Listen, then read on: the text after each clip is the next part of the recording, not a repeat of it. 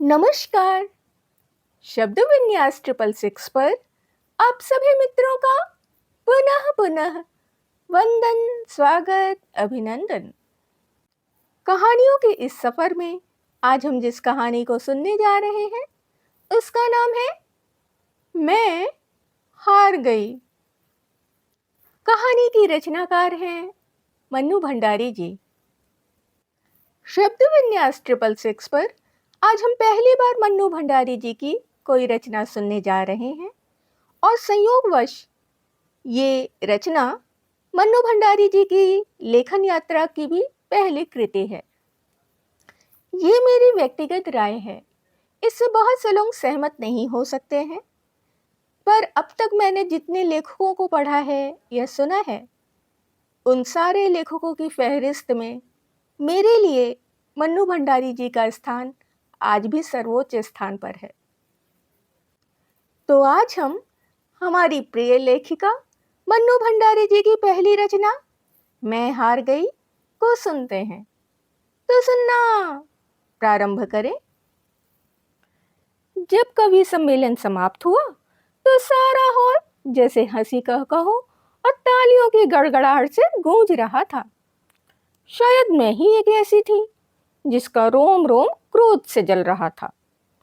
उस सम्मेलन की अंतिम कविता थी बेटे का भविष्य। उसका सारांश कुछ इस प्रकार था। एक पिता अपने बेटे के भविष्य का अनुमान लगाने के लिए उसके कमरे में एक अभिनेत्री की तस्वीर, एक शराब की बोतल और एक प्रति गीता की रख देता है और स्वयं छिपकर खड़ा हो जाता है। बेटा आता है तो सबसे पहले अभिनेत्री की तस्वीर को उठाता है। उसकी बाँछें खिल जाती हैं।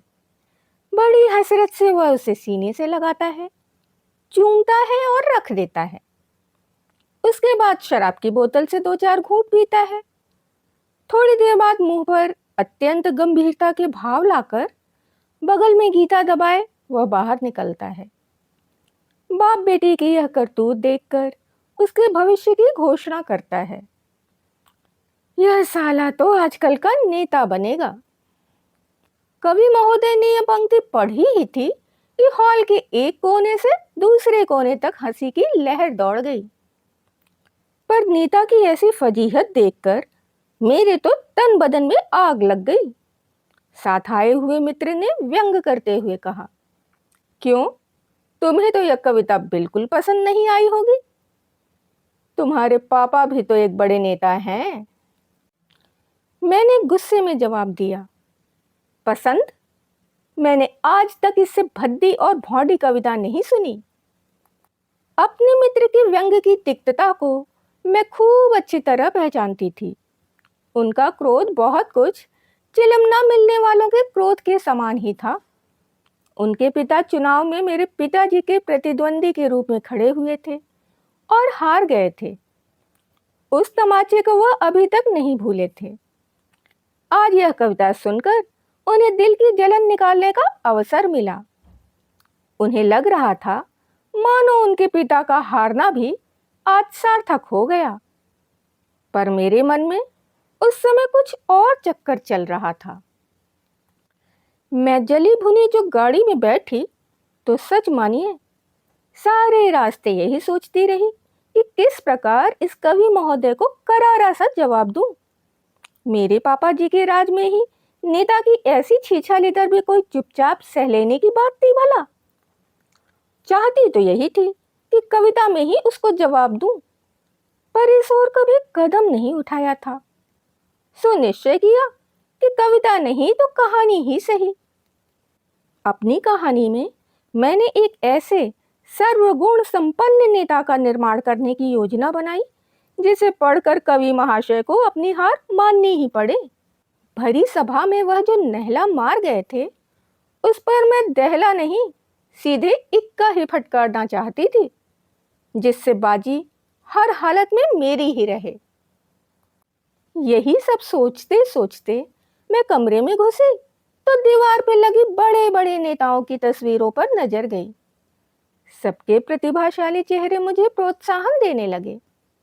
सब नेताओं के व्यक्तिगत गुणों को एक साथ ही मैं अपने नेता में डाल देना चाहती थी, जिससे वह किसी भी गुण में कम न रहने पाए। पूरे सप्ताह तक मैं बड़े बड़े नेताओं की जीवनियां पढ़ती रही और अपनी नेता का ढांचा बनाती रही। सुना था और पढ़कर महसूस भी किया कि जैसे कमल कीचड़ में उत्पन्न होता है, वैसे ही महान आत्माएं गरीबों के घर ही उत्पन्न होती हैं। सोच विचार कर एक शुभ मुहूर्त देखकर मैंने सब गुणों से लैस करके अपने नेता का जन्म गांव के एक गरीब किसान की झोपड़ी में करा दिया। मन की आशाएं और उमंगें जैसे बढ़ती हैं, वैसे ही मेरा नेता भी बढ़ने लगा। थोड़ा बड़ा हुआ तो गांव के स्कूल में ही उसकी शिक्षा प्रारंभ हुई। यद्यपि मैं इस प्रबंध से विशेष संतुष्ट नहीं थी, पर स्वयं ही मैंने परिस्थिति बना डाली थी कि इसके सिवाय कोई चारा नहीं था।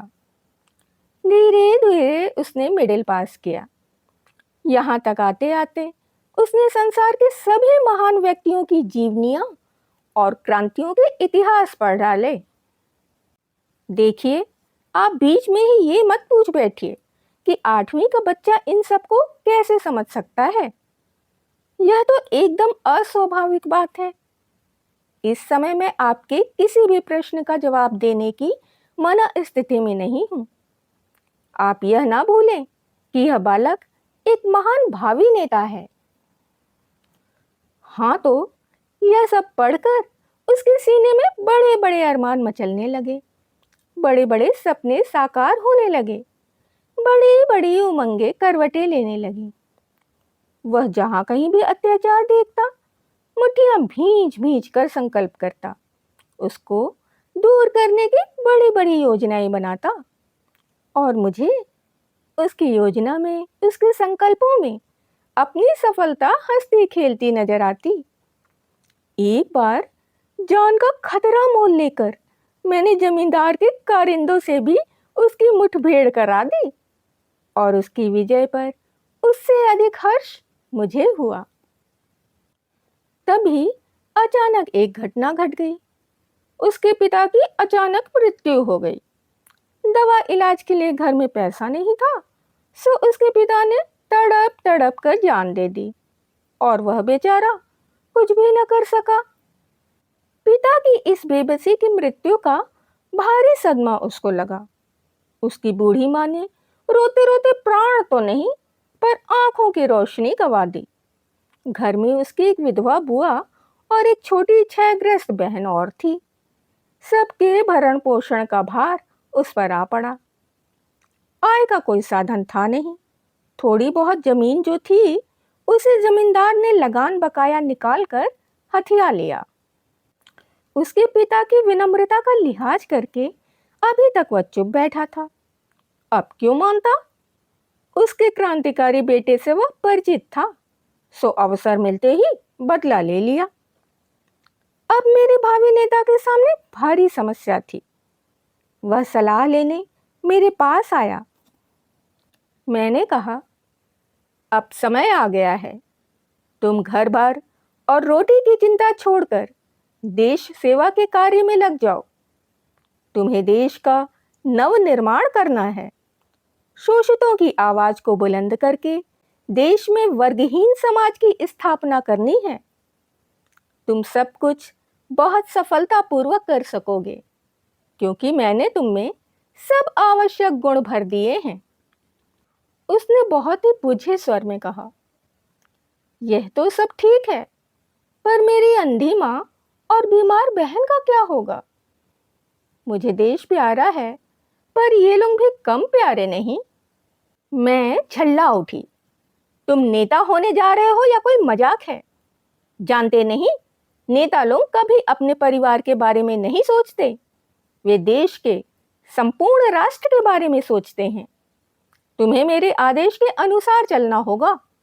जानते हो, मैं तुम्हारी सृष्टा हूं, तुम्हारी विधाता। उसने सब कुछ अनसुना करके कहा, यह सब तो ठीक है, पर मैं अपनी अंधी बूढ़ी माँ की दर्द भरी आहों की उपेक्षा किसी भी मूल्य पर नहीं कर सकता। तुम मुझे कहीं नौकरी क्यों नहीं दिला देती? गुजारे का साधन हो जाने से मैं बाकी सारा समय सहर्ष देश सेवा में लगा दूंगा, तुम्हारे सपने सच्चे कर दूंगा। पर पहले मेरे पेट का कुछ प्रबंध कर दो। मैंने सोचा क्यों ना अपने पिताजी के विभाग में इसे कहीं कोई नौकरी दिलवा दूं। पर पिताजी की उदार नीति के कारण कोई जगह खाली भी तो रहने पाए। देखा तो सब जगह भरी हुई थी। कहीं मेरे चचेरे भाई विराजमान थे तो कहीं फुफेरे। मतलब यह कि मैं उसके लिए कोई प्रबंध ना कर सकी। उसका मुंह तो चीर दिया पर उसे भरने का प्रबंध ना कर सकी। हार कर उसने मजदूरी करना शुरू कर दिया। जमींदार की नई हवेली बन रही थी, वह उसी में ईंट ढोने का काम करने लगा। जैसे जैसे वह सिर पर ईंटें उठाता, उसके अरमान नीचे को धसकते जाते। मैंने लाख उसे यह काम न करने के लिए कहा, पर वह अपनी माँ बहन की आड़ लेकर मुझे निरुत्तर कर देता। मुझे उस पर कम क्रोध नहीं था, फिर भी मुझे भरोसा था, क्योंकि बड़ी बड़ी प्रतिभाओं और गुणों को मैंने उसकी घुट्टी में मिला दिया था। हर परिस्थिति में वह अपना रंग दिखलाएंगे, यह सोचकर ही मैंने उसे उसके भाग्य पर छोड़ दिया और तटस्थ दर्शक की भांति उसकी प्रत्येक गतिविधि का निरीक्षण करने लगी। उसकी बीमार बहन की हालत बेहद खराब हो गई। वह उसे बहुत प्यार करता था। उसने एक दिन काम से छुट्टी ली और शहर गया, उसके इलाज के प्रबंध की तलाश में। घूम फिर कर एक बात उसकी समझ में आई कि काफी रुपया हो तो उसकी बहन बच सकती है। रास्ते भर उसकी रुग्ण बहन के करुण चीत्कार उसके हृदय को बेधते रहे। बार बार जैसे उसकी बहन चिल्ला चिल्ला कर कह रही थी, भैया मुझे बचा लो, कहीं से भी रुपये का प्रबंध करके मुझे बचा लो, भैया मैं मरना नहीं चाहती। और उसके सामने उसके बाप की मृत्यु का दृश्य घूम गया। गुस्से से उसकी नसें तन गईं। वह गांव आया और यहाँ के जितने भी संपन्न लोग थे सबसे कर्ज मांगा, मिन्नतें की, हाथ जोड़े, पर निराशा के अतिरिक्त उसे कुछ नहीं मिला। इस नाकामयाबी पर उसका विद्रोही मन जैसे भड़क उठा। वह दिन भर बिना बताए जाने क्या क्या संकल्प करता रहा और आधी रात के करीब दिल में निहायत ही नापाक इरादा लेकर उठा। मैं कांप गई। वह चोरी करने जा रहा था। मेरे बनाए नेता का ऐसा पतन, वह चोरी करे, छी छी। और इससे पहले कि चोरी जैसा जघन्य कार्य करके वह अपनी नैतिकता का हनन करता, मैंने उसका ही खात्मा कर दिया। अपनी लिखी हुई कहानी के पन्नों के टुकड़े टुकड़े कर दिए। उसकी तबाही के साथ एक महान नेता के निर्माण का मेरा हौसला भी मुझे तबाह होता नजर आया। लेकिन इतनी आसानी से मैं हिम्मत हारने वाली न थी। बड़े धैर्य के साथ मैं अपनी कहानी का विश्लेषण करने बैठी कि आखिर क्यों सब गुणों से लैस होकर भी मेरा नेता नेता न बनकर चोर बन गया। और खोजबीन करते करते मैं अपनी असफलता की जड़ तक पहुंच ही गई। गरीबी, गरीबी के कारण ही उसके सारे गुण दुर्गुण बन गए और मेरी मनोकामना अधूरी ही रह गई। जब सही कारण सूझ ही गया तो उसका निराकरण क्या कठिन था। एक बार फिर मैंने कलम पकड़ी और नेता बदले हुए रूप और बदली हुई परिस्थितियों में फिर एक बार इस संसार में आ गया। इस बार उसने शहर के करोड़पति सेठ के यहाँ जन्म लिया, जहाँ न उसके सामने पेट भरने का सवाल था, न बीमार बहन के इलाज की समस्या। असीम लाड़ प्यार और धन वैभव के बीच वह पलने लगा। बढ़िया से बढ़िया स्कूल में उसे शिक्षा दी गई। उसकी अलौकिक प्रतिभा देखकर सब चकित रह जाते। वह अत्याचार होते देखकर तिलमिला जाता, जोशीले भाषण देता, गांवों में जाकर बच्चों को पढ़ाता। गरीबों के प्रति उसका दिल दया से लबालब भरा रहता। अमीर होकर भी वह सादगी से जीवन बिताता सारांश यह कि महान नेता बनने के सभी शुभ लक्षण उसमें नजर आए। कदम कदम पर वह मेरी सलाह लेता और मैंने भी उसके भावी जीवन का नक्शा उसके दिमाग में पूरी तरह उतार दिया था, जिससे वह कभी भी पथभ्रष्ट ना होने पाए। मैट्रिक पास करके वह कॉलेज गया, जिस कॉलेज में एक समय में केवल राजाओं के पुत्र ही पढ़ा करते थे, और आज भी जहां रईसी का वातावरण था, उसी कॉलेज में उसके पिता ने उसे भर्ती कराया। लेकिन मेरी सारी सावधानी के बावजूद उन रईसजादों की सोहबत अपना रंग दिखाए बिना ना रही। वह अब जरा आराम तलब हो गया। मेरे सलाह मशविरों की अब उसे उतनी चिंता ना रही। घंटों अब वह कॉफी हाउस में रहने लगा, और एक दिन तो मैंने उसे हाउजी खेलते देखा। मेरा दिल धक से कर गया। जुआ? हाय राम, यह क्या हो गया? मैं संभल कर कुर्सी पर बैठ गई और कलम को कसकर पकड़ लिया। कलम को जोर से पकड़कर ही मुझे लगा मानो मैंने उसकी नकेल को कसकर पकड़ लिया हो, पर उसके तो जैसे अब पर निकल आए थे। जुआ ही उसके नैतिक पतन की अंतिम सीमा ना रही। कुछ दिनों बाद ही मैंने उसे शराब पीते भी देखा। मेरा क्रोध सीमा से बाहर जा चुका था। मैंने उसे अपने पास बुलाया। अपने क्रोध पर जैसे तैसे काबू रखते हुए मैंने उससे पूछा, जानते हो मैंने तुम्हें किस लिए बनाया है?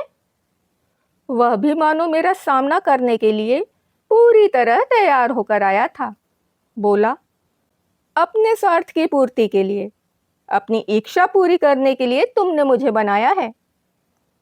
पर यह जरूरी नहीं कि मैं तुम्हारी इच्छा अनुसार ही चलूं। मेरा अपना अस्तित्व भी है, मेरे अपने विचार भी हैं। मैं चिल्ला उठी, जानते हो तुम किससे बातें कर रहे हो? मैं तुम्हारी सृष्टा हूं, तुम्हारी निर्माता। मेरी इच्छा से बाहर तुम्हारा कोई स्वतंत्र अस्तित्व नहीं। वह हंस पड़ा। अरे, तुमने तो मुझे अपनी कलम से पैदा किया है। मेरे इन दोस्तों को देखो, इनकी अम्माओं ने तो इन्हें अपने जिस्म से पैदा किया है, फिर भी वे इनके निजी जीवन में इतना हस्तक्षेप नहीं करती जितना तुम करती हो। तुमने तो मेरी नाक में दम कर रखा है, ऐसा करो वैसा मत करो, मानो मैं आदमी नहीं काठ का उल्लू हूं। सो बाबा, ऐसी नेतागिरी मुझसे निभाई ना निभेगी। यह उम्र, दुनिया की रंगीनी और घर की अमीरी, बिना लुत्फ उठाए यूं ही जवानी क्यों बर्बाद की जाए? यह करके क्या नेता नहीं बना जा सकता? और मैं कुछ कहूं इसके पहले ही वो सीटी बजाता हुआ चला गया। कल्पना तो कीजिए उस जलालत की जो मुझे सहनी पड़ी।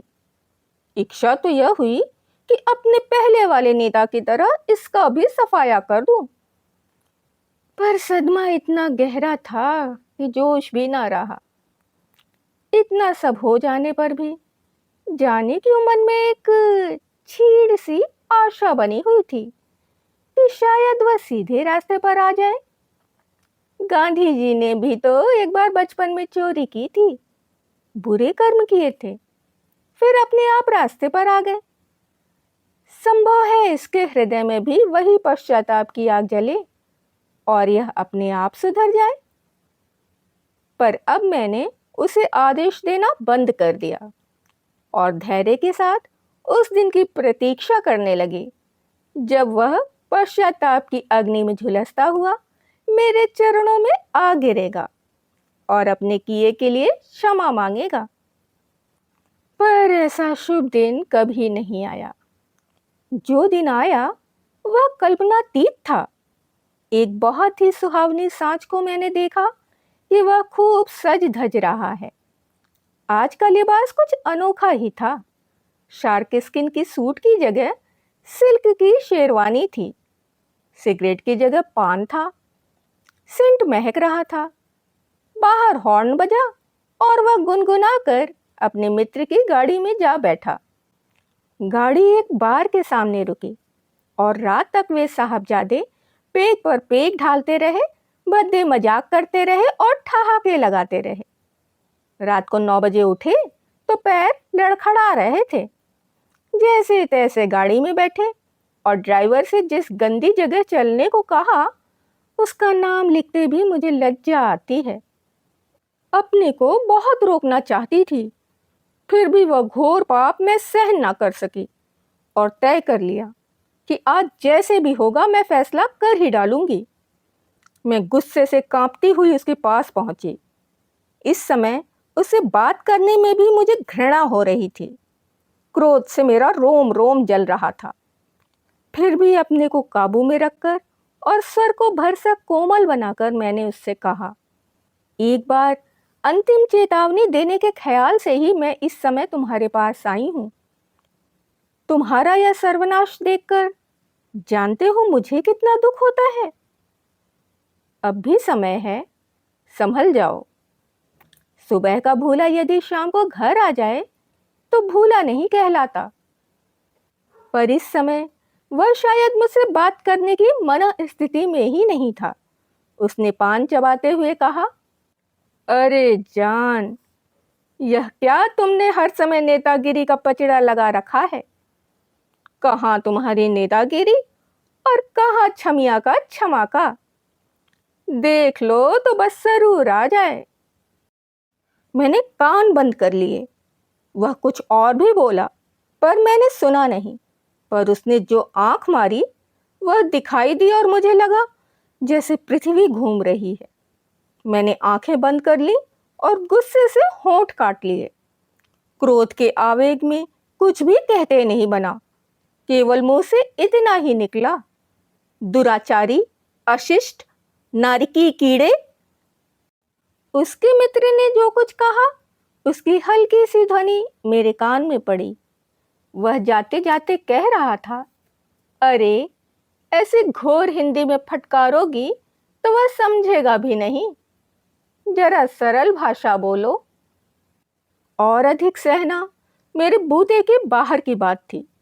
मैंने जिस कलम से उसको उत्पन्न किया था उसी कलम से उसका खात्मा भी कर दिया। वह छमिया के यहाँ जाकर बैठने वाला था कि मैंने उसे रद्दी की टोकरी में डाल दिया। जैसा किया वैसा पाया। उसने तो अपने किए का फल पा लिया, पर मैं समस्या का समाधान नहीं पा सकी। इस बार की असफलता ने तो मुझे बस रुला ही दिया। अब तो इतनी हिम्मत भी नहीं रही कि एक बार फिर मध्यम वर्ग में अपना नेता उत्पन्न करके फिर से प्रयास करती। इन 2 हत्याओं के भार से ही मेरी गर्दन टूटी जा रही थी और हत्या का पाप ढोने की ना इच्छा थी ना शक्ति ही। और अपने सारे अहम को तिलांजलि देकर बहुत ही ईमानदारी से मैं कहती हूँ कि मेरा रोम रोम महसूस कर रहा था कि कभी भरी सभा में शाम के समय जो नहला फटकार गया था उस पर इक्का तो क्या, मैं दुग्गी भी न मार सकी। मैं हार गई, बुरी तरह हार गई। अभी आप सुन रहे थे मन्नू भंडारी जी की कहानी मैं हार गई। कहानी आपको कैसी लगी? पसंद आने पर लाइक कर सकते हैं, मित्रों और परिवारजनों में शेयर कर सकते हैं। नए सदस्य चैनल को सब्सक्राइब कर लें और बेल आइकन को दबाना बिल्कुल भी ना भूलें, जिससे कोई भी नई कहानी समय पर उनको उपलब्ध हो पाए। अपने सुझाव और विचार कमेंट्स के जरिए हमारे तक आने दें। अभी के लिए विदा। शुक्रिया।